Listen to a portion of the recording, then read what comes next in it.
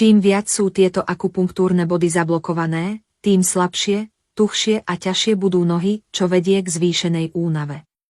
Tieto akupunktúrne body sa nachádzajú na stehnách a lítkach. Po 40. roku života, ak sú zablokované, pocítite celkovú slabosť a nehybnosť. Niektorí to dokonca pripisujú nedostatku vápnika. Dovoľte mi povedať, že môj priateľ užíva tieto živiny vrátane vápnika už 10 rokov, ale problém sa nevyriešil. Tento prístup je zásadne chybný. Ako náhle sú nohy zablokované, krvný obeh a prietok krvi sú úplne narušené.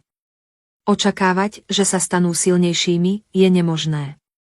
Preto je našou prvou prioritou vyriešiť tieto blokády. Dnes sa s vami podelím o metódu, ktorú usilovne praktizujem už 28 rokov a pomohla som najmenej 10 000 ľuďom. Tieto metódy sú bezpečné a účinné, najmä pre ľudí stredného a staršieho veku. Netreba chodiť do parku na prechádzky alebo behať. Netreba sa naťahovať.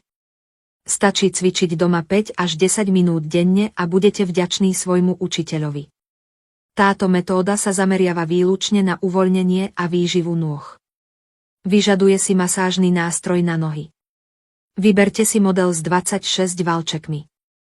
Po druhé, rukoveď musí byť ergonomicky navrhnutá pre pohodlné uchopenie.